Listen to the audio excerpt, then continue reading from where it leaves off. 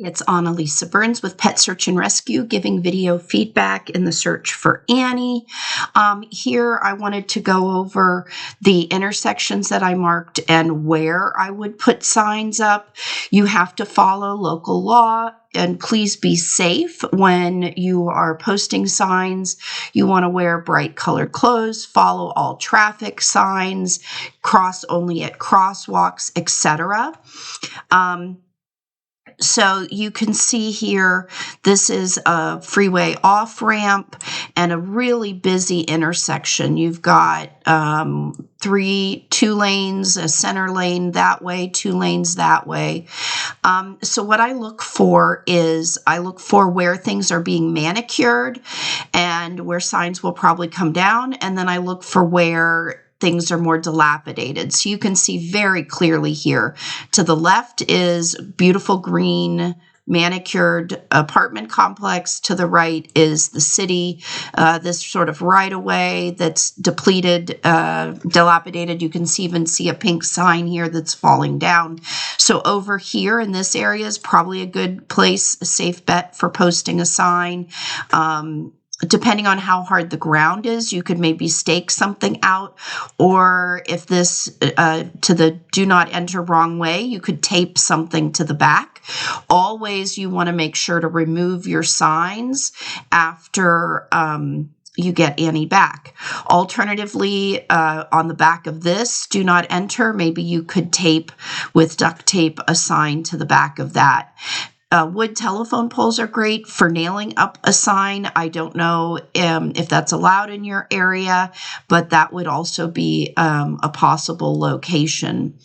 On this side of the street, you don't have a lot of options because there's so much metal on these different posts. You could use zip ties and zip tie a sign or a banner here. I don't know if it will be taken down or not, but that would be a really good location and be attention getting, because the people coming out and making a right are going to see that straight in front of them.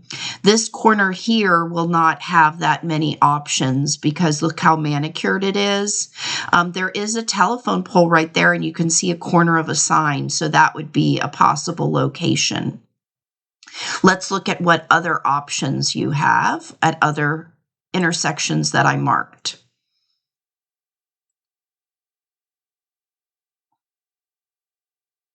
So I also marked, let's see here, this entrance to this is that an entrance to the complex? Here we go. There's a wood telephone pole. You could try that. I don't know how long that would stay up.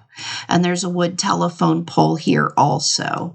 There's a wood telephone pole and a sign has stayed up there. So those are probably good bets. Not sure how long that will stay up though. But we want, when we're looking at signage and witness development, we are looking at, sometimes it's only like 48 hours that a sign will stay up. So you want to make sure that you're not spending a lot of money on the signs. They need to be durable. You can make them out of recycled cardboard and posters from the 99-cent store. The directions are in my guide. So I think this is the entrance to your complex, possibly. There's not a lot of options here.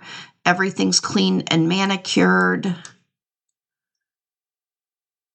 So this is where potentially you would park your car at the entrance or exit with a sign on it.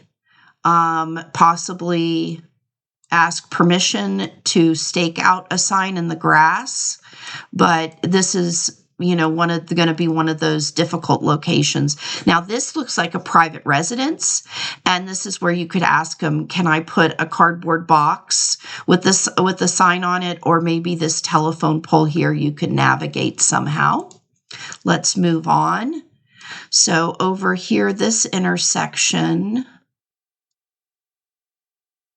again, big intersection, 2 lanes in each direction. So you can't just do one little sign here and think everybody at the intersection is going to see it.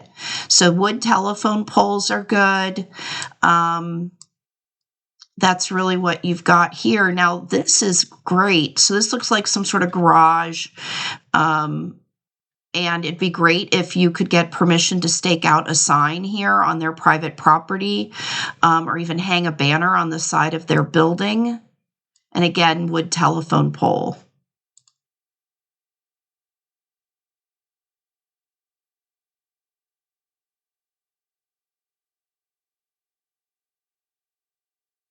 So you can see here, this actually is a great example because you can see what the local businesses have had to do, A-frame signs. So I would suggest getting some A-frame signs. That's brilliant. They're already put out there, so you know that that works in this community.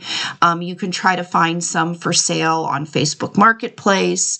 Sometimes people will have some for a business that closes, and then you can pick them up cheap or look on Amazon.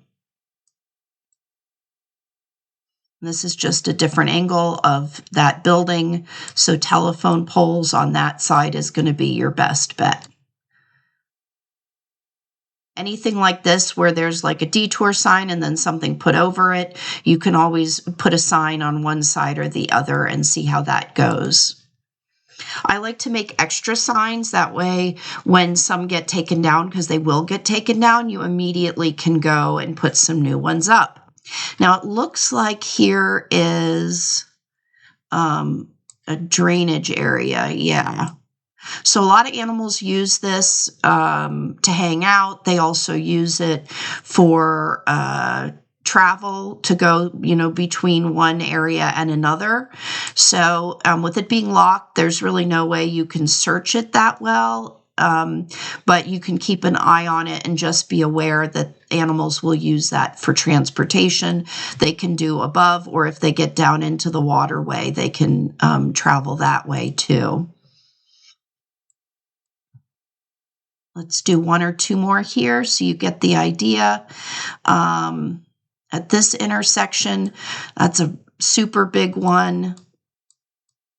Not a lot of options there. A-frame or a sign with a box asking permission at this restaurant here would be a good idea. And again, parking your car with a sign so you could get permission at the tailor shop or over here, that might work. And you can just leave it parked while you're, having dinner or whatever.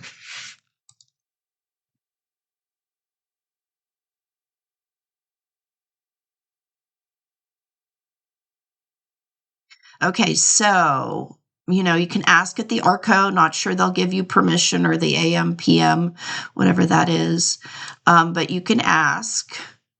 And here again, the backs of these signs, if traffic can see them, there's chain link fencing here to use zip ties.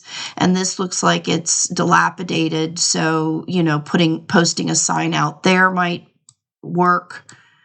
It's a big intersection, so that's why you need to try to get, signage on each corner.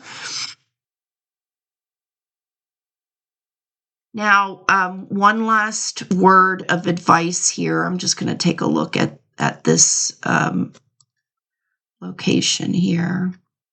Yeah, so wood telephone pole, chain link fencing. So you do have some options, but one last word here. So, I make recommendations based on what's best for the pet and what I would do. You won't be able to do everything I'm recommending. You just do the things you can. Start with the things that make the most sense for you, that are doable with your schedule, your budget. You know the area better than I do. You know Annie better than I do.